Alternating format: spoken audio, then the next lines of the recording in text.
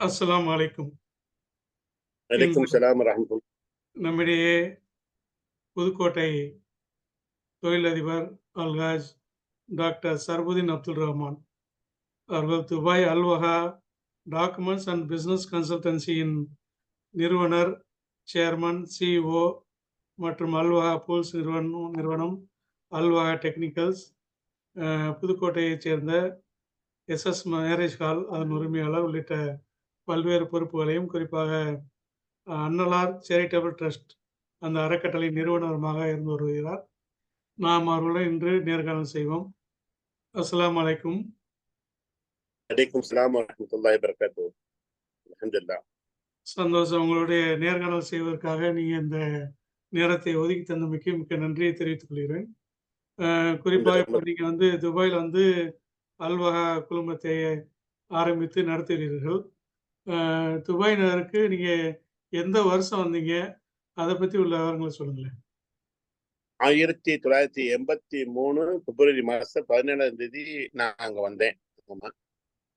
நான் வந்து தொழிலாளியாத்தான் வந்தேன். ஆமா. தொழிலாளியாத்தான் வந்து என்னுடைய வாழ்க்கை வாழ்வாதாரத்தை இப்படி தொடங்கி இதை கொண்டு 1983 வந்து 3 கம்பெனியில மாறினேன். அதாவது பர்னிச்சர் ஃபீல்டுன்னு சொல்லக்கூடிய அது ஒரு சேல்ஸ்மேனா இருந்தேன். அதுல தொழில் நுணுக்கங்களை கத்துக்கிட்டோம். அப்புறம் இன்னொரு பர்னிச்சர் கடையில வந்து சேல்ஸ் மேனேஜராகவும் இருந்தேன். ஆமா. அல்லாட கொண்டு அதுக்கு இடையில வந்து ஈடி அஸ்டான்ல ஒரு 3 மாசம் எமினி இந்த டிவிஷன்ல ஒரு டெம்பரரியா ஒர்க் பண்ணேன். அதுக்கடுத்து சரியான ஒரு இது இல்லாதனால பர்னிச்சருக்கே மாறிட்டேன். ஆமா. 1988 சொந்த நிறுவனமாக நான் ஆரம்பிச்சு இன்று வரைக்கும் அதே நிறுவனத்தை தனியொரு மனிதனாக நடத்தி கொண்டிருக்கேன். அல்ஹம்துலில்லாஹ். சந்தோஷம். அதாவது துபாய் நகருக்கு வேலைக்கு வந்து இன்னைக்கு வந்து ஒரு நிறுவனத்த நடத்துற அளவுக்கு நீங்க உயர்ந்திருக்கீங்க. ரொம்ப ஆமா. மகிழ்ச்சியா இருக்கு. அ இதுக்கு வந்து நீங்க வந்து என்ன படிப்பு படிச்சிருக்கீங்க? உங்கள குடும்பம், உங்களுடைய ஊர் அத பத்தி உள்ள விவரங்கள சொல்லுங்க. நான் வந்து ஒரு புதுக்கோட்டை மாவட்டத்தில் ஒரு சிறிய கிராமம் காட்டுபாவ பள்ளிவாசல் சொல்லக்கூடிய கிராமத்துல பிறந்து வளர்ந்தேன். நாங்க வந்து அண்ணன் தம்பி 10 பேரு. நான் கடைசி செல்லப்பிள்ளை. எங்க தந்தையாருக்கு வந்து மளிகை கடை, அரிசி மொத்த வியாபாரம். ஆமா. இது எல்லாமே அந்த குலத்தொழில் மாதிரி உள்ளத வந்து எங்க தந்தையாருக்கு பின்னாடி வந்து எங்க சகோதரமார் பார்த்துட்டு இருக்காங்க. இன்னைக்கு நான் வந்து தகப்பனாரு எந்த ஒரு அனுகிரகமும் எடுத்துக்கல. என் சொந்த உழைப்புல அண்ணன், அக்கா, தங்கச்சி எல்லாருடைய துஆவுல அல்ஹம்துலில்லாஹ் நம்ம சிறப்பா வாழ்ந்த ஒரு காரணத்தினால எங்க குடும்பத்தினுடைய அத்தனை அண்ணன் பிள்ளைங்களையும் இங்க கொண்டு வந்திருக்கேன். அக்கா பிள்ளைங்க எல்லாம் இங்க வந்திருக்காங்க. ஊரு பிள்ளைகளையும் நிறைய பேர் கொண்டு வந்து வேலை சேர்த்திருக்கேன். அல்ஹம்துலில்லாஹ். ஸோ அன்றையிலேருந்து இன்னைக்கு நான் சுயமா இருக்கேன். நான் படிச்சது பள்ளி படிப்பு 10வது தான். நான் வரும்போது நிறைய கஷ்டப்பட்டிருக்கேன். அது எப்படின்னா, ஒரு என்ட்ரி வேலைக்கு நான் வந்து போகும்போது என்னுடைய திருமங்கலத்துடைய அலாவுதீன் சொல்லி நண்பர்கிட்ட சொன்னேன், "இந்த மாதிரி வேலை இல்லாம இருக்கேன். கொஞ்சம் ஏதாவது பாருங்களேன்" அப்படின்ட்டு. அப்போ ஒரு அரபிக்காரரு வந்து வண்டியில வர்றாரு. என்ன பேசுறாரு? "அஸ்ஸலாமு அலைக்கும் சலாம். How are you?" அப்படின்னாரு. ஃபைன் அண்ணா. Can you know that phone operation ஏதோ ஒரு கேட்கிறாரு. எனக்கு இங்கிலீஷ் எனக்கு பதில் சொல்ல தெரியல. அன்னைக்கு தமிழ் மீடியம் மாத்திரம் தமிழை தவிர எந்த மொழியும் தெரியாது. அன்னைக்கு நிறைவா சொல்றேன். அன்னைக்கு நான் தூங்கவே முடியல. என்னால வந்து சாப்பிட முடியல. என்னடா இது ஒரு ஒரு சின்ன ஒரு பதில், ஒரு சாதாரண உங்களுக்கு இந்த வேலை தெரியுமான்னு கேட்டதுக்கு நான் பதில் சொல்ல முடியாம இருந்தேன்னு அன்னைக்கு வைராக்கியம், நான் உழைக்க வேண்டும், மற்ற மொழிகளை கற்க வேண்டும் என்று ஆர்வத்தோடு யாரு வந்தாலுமே ஒரு புத்தகத்தை கத்துக்குவேன். தால் அப்படின்னாக்கா அதுக்குடைய அர்த்தம் என்ன? ஆமா. இத ராவ் அப்படின்னா என்ன? அந்த மாதிரி எழுதி எழுதி ஒவ்வொரு பாஷை இன்னைக்கு 11 மொழிகளை பேசக்கூடிய சக்தி அல்லாஹ் சுப்ஹானஹு வ தஆலா தந்திருக்கிறான். ஆமா. நாங்க அண்ணன் தம்பி 10 பேர்ல வந்து மூத்த அண்ணன் இங்க இருந்தாங்க. அவங்க வஃபாத் ஆயிட்டாங்க. அதுக்கு அடுத்தபடி நான் தான். மற்ற எல்லாருமே வந்து அவங்க புதுக்கோட்டையிலையும், காட்டுவாப்பாளையத்திலையும், காரைக்குடியிலையும் வாழ்ந்துட்டு இருக்காங்க. சந்தோஷம். அதாவது ஒரு சாதாரணமா வேலைக்கு வந்த நீங்க, எப்படி வந்து ஒரு தொழில் நிறுவனம் ஆரம்பிக்கணும் என்ற உத்வேகம் எப்படி வந்துச்சு? அதாவது நான் வந்து எப்படின்னு கேட்டீங்கன்னாக்கா, உண்மையா உழைக்கக்கூடிய எங்க தந்தையார் எப்பவுமே சொல்லுவாங்க, நீங்க வந்து ஒரு செய்யக்கூடிய காரியம் செய்வன திருந்துச்சு. நான் செட்டிநாட்டுல வளர்ந்ததுனால, இந்த டைமிங், பேச்சு, இந்த வார்த்தைகள் ரொம்ப சுத்தமா இருக்கணும், சரியா இருக்கணும், நேர்மையா இருக்கணும், நலமா செய்யணும்னு சொல்லிட்டு எங்க தந்தையார் கற்றுக் கொடுத்த ஒரு பாடத்துல நான் உழைக்கிறேன். அது வந்து ஊதியம் இல்லை. எனக்கு என்ன அப்படின்னா, ஒரு ஈரானிகிட்ட ஒர்க் பண்ணேன், ஒரு சேல்ஸ்மேனா. அப்பவே நான் என்ன பண்ணாக்கா, சேலஞ்ச் பண்ணி சில ஹோட்டல், அதாவது பொனிச்சா ஹோட்டலுக்கு பக்கத்துல ஒரு ஹோட்டல் இருந்துச்சு. அந்த ஹோட்டல ஆர்டர் எடுத்து பெரிய பெரிய வியாபாரம்லாம் பண்ணி கொடுத்தேன்.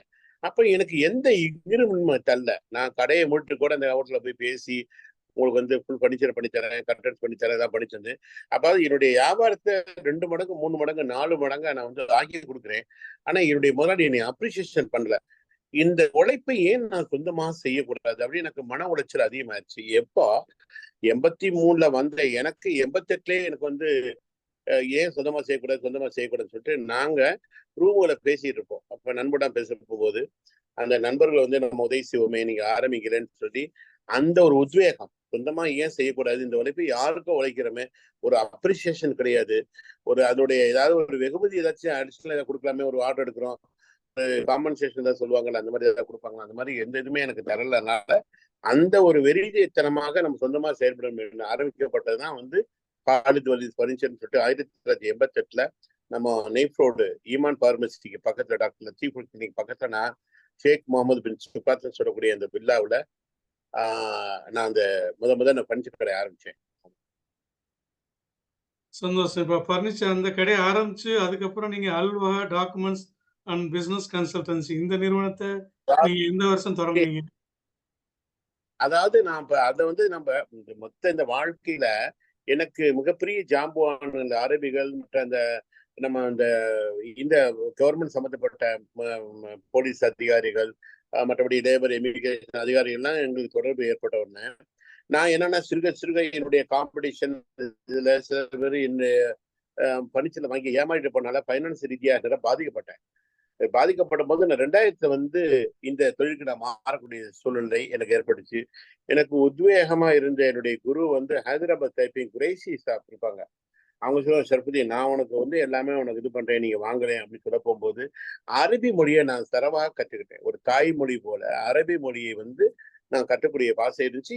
2வது வந்து பாத்தீங்கன்னாக்க அப்ப கோர்ட்ல வந்து அதிகமான வந்து இந்த மலையாளி நம்ம உங்களுக்கு தெரியும், உங்களுக்கு ஹிந்தி உருதுக்காரங்களாம் வந்து தர்ஜுமுக்கு ஆளாகும் போது நான் சில காலங்கள் வந்து கோர்ட்லயும் நான் வந்து தர்ஜுமல் கானூனின்னு சொல்லக்கூடிய மொழிபெயர்ப்பாளர் தமிழ் மலையாளம் ஹிந்தி உருதுக்கும் நான் ஷார்ட் டைமா நான் போய் அந்த பணியை நான் தொடர்ந்து செஞ்சுட்டு இருந்தேன்.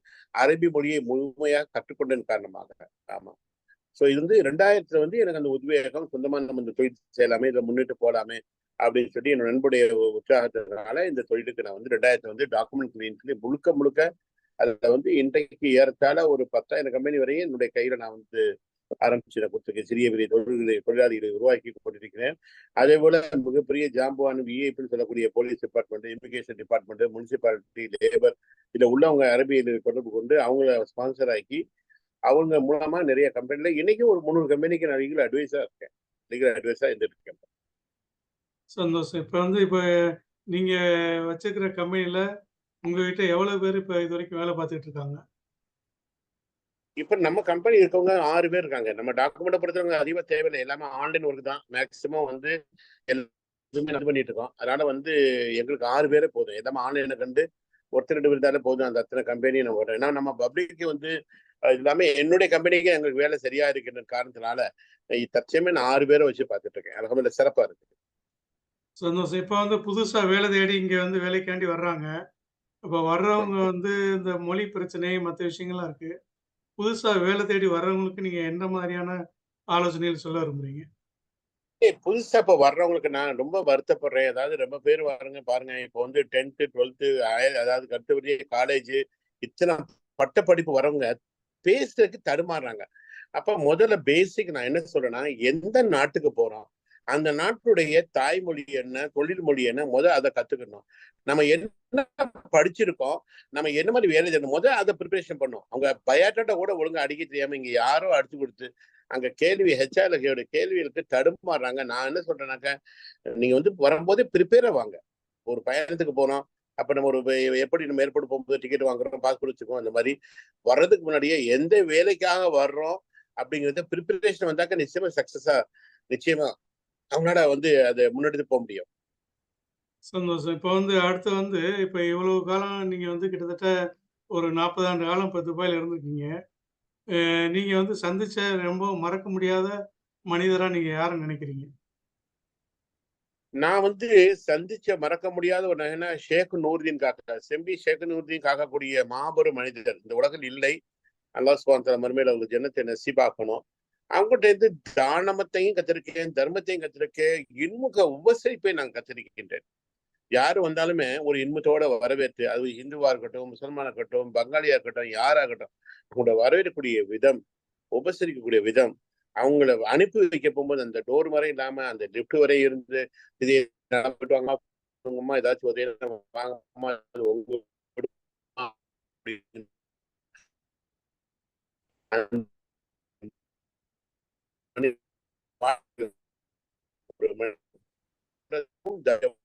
வேண்டும், எது மறைமுகமா செய்ய வேண்டும், எதை செய்ய வேண்டும் நான் கற்றுக்கிட்ட மாபெரும் ஸ்ரீதேவி எங்க ஷேக் நூரின் காக்கா செம்பி நூரின் காக்கா கீழக்கரை. சந்தோஷம். இப்ப வந்து நீங்க வந்து இந்த தொழில் நிறுவனம் மட்டும் இல்லாம, இப்ப ஊர்ல வந்து அன்னலார் சேரிட்டபிள் ட்ரஸ்ட் ஏற்படுத்தியிருக்கீங்க. இதனுடைய பணிகள் என்ன? இதன் மூலமா என்ன செஞ்சுட்டீங்க? இல்ல அனலா சேரிட்டபிள் ட்ரஸ்ட்ங்கிறது என்னன்னு கேட்டீங்கன்னாக்க, நான் சிறு வயது முதற்கொண்டே வந்து எங்க தந்தையார், எங்களுடைய பெரிய அப்பா, எங்க அதாவது குப்பியுடைய கணவர் மாமா அவங்கலாம் வந்து தறி வச்சிருந்தாங்க. அந்த காலத்துல நோன்பு காலத்துல வந்து கணக்கு பண்ணி என்ன பண்ணுவாங்கனாக்கா, தறியில் நெய்யக்கூடிய அந்த சேலைகளும் அதையும் எடுத்து தானம் பண்ணுவாங்க. எப்ப தானம் பண்ணுவாங்கனாக்கா, நோன்பு காலத்துல. அப்ப நான் அந்த ஒரு ஒரு இதுல பண்ணும்போது என்னாச்சு அப்படின்னு பார்த்தீங்கன்னாக்க, நான் அதே மாதிரி துணி கொடுத்துட்டு இருந்தேன். 1996ல தாருல் உலூம் அப்படின்னு சொல்லக்கூடிய ஒரு மதரசால இருந்து இதுல கராச்சில ஒரு நண்பர் வந்திருந்தாங்க. ஒரு பள்ளியுடைய வசூல்கா வந்திருந்தாங்க. அப்ப என்ன கேட்டாங்க, பேட்டா நீங்க என்ன பண்றீங்க, என்ன செய்றீங்க அப்படிங்கும்போது, இந்த மாதிரி வாப்பா தான் கொடுப்பாங்க, துணி கொடுப்பாங்க, இந்த மாதிரி கொடுத்துருங்க. அப்படிலாம் செய்யாதீங்க அப்படின்னு சொல்லி ஒரு வாக்கு சொன்னாங்க. என்ன அப்படின்னு கேட்டீங்கன்னாக்க, நோன்பு இருக்கக்கூடிய மக்களுக்கு இரவு, அதாவது சகர் உணவுக்கு அரிசி இல்லாம இருப்பாங்க. இந்த வடை சேர்ந்து நீங்க வந்து துணி யாரு கொடுக்காதீங்க, கிழிஞ்சு போகக்கூடிய யாரு வேணாலும் எடுத்து கொடுப்பாங்க. நீங்க இந்த வருஷத்துல நியத்து வைங்க, நீங்க அரிசியை கொடுங்க அப்படிங்கிற மாதிரி சொன்னாங்க. சரி அல்ஹம்துலில்லாஹ்னு அதை முதல்ல வந்து அந்த நோன்புடைய காலத்துல நம்ம என்ன வருமானம் பண்ணிருக்கோமோ அந்த வருமானத்தை கணக்கிட்டு அது தகுந்த மாதிரி முதல்ல 10 மூடையில ஆரம்பிச்சேன். அப்புறம் 15, 20, 25 இப்படி கூடி இன்னைக்கு அல்ஹம்துலில்லாஹ் அல்லாஹ்வுடைய கிருபையை கொண்டு 100, 150 மூடைகள். அதாவது மிஞ்சி போனா உங்களுக்கு எப்படி போனாலும் ஒரு கிலோ, ஒரு குடும்பத்துக்கு 10 கிலோ கொடுக்குறோம். 2500 குடும்பத்துக்கு கொடுக்கக்கூடிய பாக்கியத்தை அல்லாஹ் சுப்ஹானஹு வ தஆலா கொடுத்துருக்கான். இந்த சேரிட்டபிள் ட்ரஸ்ட்ங்கிறது என்னன்னு கேட்டீங்கன்னா, நானும் என் மனைவியும் புதுக்கோட்டையில எஸ்எஸ் மால் வாங்கின பிறகு நான் தங்கியிருந்தது காரைக்குடி. ஏன்னா என் பிள்ளைங்க நான் துபாயில பிறந்த பிள்ளைங்க. அதனால காரைக்குடியில இருந்து நான் வரும்போது ஒரு அழகிய பள்ளியை வந்து இந்த ஆடியோ காலையில சின்ன ஒரு பள்ளியை பார்ப்போம். அப்ப மனைவிட்ட சொல்லுவேன், ஏம்மா நம்ம போறோமே, நம்ம ஒரு பள்ளி கட்டுமா, நீ ஏத்துவோமா இன்ஷா அல்லாஹ், இதே மாதிரிலாம் நாடுவான் வைங்களே அப்படின்னாங்க. அப்ப வந்து கூடி வரக்கூடிய நேரத்துல எஸ்எஸ் மால் வாங்கினதுக்கு பின்னாடி 2003ல வாங்கினதுக்கு பின்னாடி எனக்கு ஒரு அருமையான இடத்த அல்லாஹ் சுப்ஹானஹு வ தஆலா 1.25 ஏக்கர் ஆக்கி கொடுத்தான். அந்த அந்த இடத்த வாங்கும்போது இங்கே செய்தது மஜித் ரஹ்மானை கட்ட வேண்டும் என்று. அப்ப எனக்கு உதவியா நின்றது நம்ம கவிஞர் ஏம்பு தஜமுல் அண்ணன். அப்ப சொன்னாங்க, நம்ம ஒரு பள்ளியை கட்டுறோம், அக்கம் பக்கத்துல வந்து இந்துக்கள் அவங்களாம் இருக்காங்க, ஒரு பிரச்சனை வரும், தனிப்பட்ட மனிதனை கட்டும்போது நிறைய இது வரும், நம்ம ட்ரஸ்ட் ஒண்ணு ஆரம்பிச்சோம்னா அது பல பேர் 100 பேர் 150 பேர் இருக்கான்னு சொல்லி நம்ம செய்வோம் அப்படின்னு சொல்லிட்டு அண்ணன் நபி ஸல்லல்லாஹு அலைஹி வஸல்லம் பேர்ல அண்ணா சேரிட்டபிள் ட்ரஸ்ட்னு நேம் வச்சு ஆரம்பித்து பள்ளிக்காக நியத்து செய்து கட்டப்பட்டதுதான் அது. அதாவது மஜித் ரஹ்மான் சொல்லி கட்டப்பட்ட இந்த பள்ளியானது இன்னைக்கு சிறப்பாக 2011ல தொடங்கி இன்னைக்கு 2009 ஆரம்பிச்சு 2011 தொடங்கி இன்று வரையும் சிறப்பாக அவருடைய முத்தவழியாக நான் பணியாற்றி கொண்டிருக்கிறேன். இது முழுக்க முழுக்க காரணம் அண்ணா சேரிட்டபிள் ட்ரஸ்ட் ஆரம்பிச்சது காரணமாக இன்று வரைக்கும் பரிபாலனம் செய்து நாங்க அந்த பள்ளியை ஆரம்பிக்கும் போது அந்த ஏரியால யாருமே முசல்மான் கிடையாது.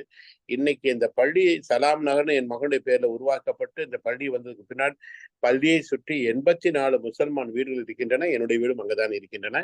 இதுதான் வந்து சேரிட்டபிள் ட்ரஸ்ட் ஆரம்பிக்கக்கூடிய முக்கிய காரணம். பள்ளிக்காக ஆரம்பிக்கப்பட்டது. மகிழ்ச்சி. இப்ப இது இல்லாம வந்து நீங்க வந்து புதுக்கோட்டையில வந்து மர்ஹபா அரேபியன் ரெஸ்டாரண்ட், இந்த ஒரு அரேபியன் ஆமா. ரெஸ்டாரண்ட் ஆரம்பிச்சிருக்கீங்க. இப்போ ஊர்கள்ல பல பேரு செட்டிநாடு ரெஸ்டாரண்ட், பொதுவான ரெஸ்டாரண்ட் ஆரம்பிக்கல. நீங்க ஏன் புதுக்கோட்டையில போய் ஒரு அரேபிக் ரெஸ்டாரண்ட் ஆரம்பிச்சீங்க? அதாவது எனக்கு என்னன்னா, எனக்கு ரெஸ்டாரண்ட் வந்து எனக்கு ரொம்ப இன்ட்ரெஸ்ட். நான் ஒரு செஃப்பும் கூட. நான் பல வகையான இதெல்லாம் செய்யணும். எனக்கு அந்த தொழில் எனக்கு ரொம்ப ஆசை.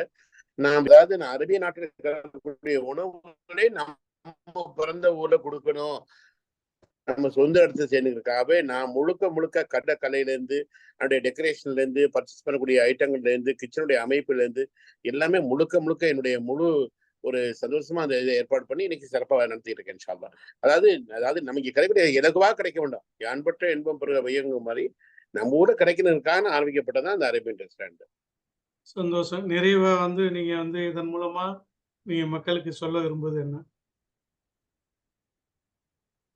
அதாவது பிறப்பும் இறப்பும் இறைவன் கையில, இடைப்பட்ட வாழ்க்கை நம்ம கையில. அல்லாஹ் சுப்ஹானஹு தஆலா யாருக்கு எப்ப மௌத்து என்னன்னு கிடையாது. இருக்க வரை சந்தோஷமா வாழுங்க.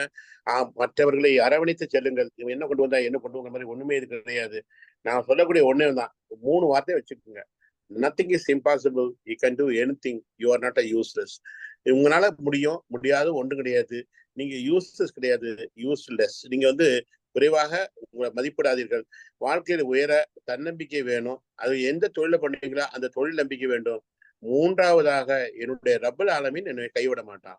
அதாவது வாழ்க்கையில தன்னம்பிக்கை, தொழில் நம்பிக்கை, இறை நம்பிக்கை 3ம் நிச்சயமாக இருந்தா வாழ்வை, அந்த அவருடைய உயர்வை, அந்த மனுஷனுடைய ஒரு இதை வந்து யாராலும் தடுக்க முடியாது. நான் சொல்லக்கூடாதுதான், யாரையும் நம்பாதீங்க. Believe yourself, do yourself, believe your business. இந்த மாதிரி இந்த 3 கொள்கை எடுத்தீங்கன்னா நிச்சயமாக எங்களை போல வெற்றி அடைய முடியும். 40 ஆண்டு காலம் நான் வரும்போது 17 வயசு நான் பேச்சுலர் வந்தேன். 25 வயதுல கல்யாணம் முடித்தேன். 27 எனக்கு முதல் மகன் பிறந்தான். 3 மக்கள் இங்க பிறந்திருக்காங்க. என் பேர பேத்தி இன்னைக்கு நான் ஸ்கூலுக்கு கூட்டி போறேன் துபாயில. நல்லா இருக்கேன், நிம்மதியா இருக்கேன். என்னுடைய தகுதிக்குமே நான் எதுவும் செய்யறது கிடையாது. என்ன தகுதி இருந்து என்ன செய்யுமோ அதைத்தானே செய்யறேன். அல்ஹம்துலில்லாஹ். அதாவது ஒரு எப்படி வாழணும் அப்படிங்கிறது வாப்பா சொல்லி கொடுத்துருக்காங்க. சக்திக்கு மீறி எதுவும் நான் ஆசைப்படுறது கிடையாது. எனக்கு தெரிஞ்ச தொழில் செய்யறேன், சிறப்பா இருக்கேன். நான் எல்லா மக்களுக்கும் சொல்லக்கூடிய அதுதான், உங்க நம்பிக்கையை இழந்து விடாதீர்கள். அல்லாஹ் மேல உம்மீது வைங்கள், அவனை நம்புங்கள், உங்களை நம்புங்க. நிச்சயமா வாழ்வில முன்னேறுவீங்க. மிக்க மகிழ்ச்சி. அதாவது உங்களுடைய அனுபவ பகிர்வை இதன் மூலமாக தெரிவித்தமைக்கு மிக்க நன்றி. இந்த உங்களுடைய வாழ்க்கை அனுபவம், இந்த சம்பவங்கள் அனைத்தும் மற்றவர்களுக்கு ஒரு எடுத்துக்காட்டாகவும், முன்னுதாரணமாகவும் இருக்கும் என தெரிவித்து விடைபெறுகிறேன். நிச்சயம். நன்றி. அஸ்ஸலாமு அலைக்கும். அலைக்கும் ஸலாம் வரஹ்மத்துல்லாஹ். அல்ஹம்துலில்லாஹ். ஜஸாக்கல்லாஹ்.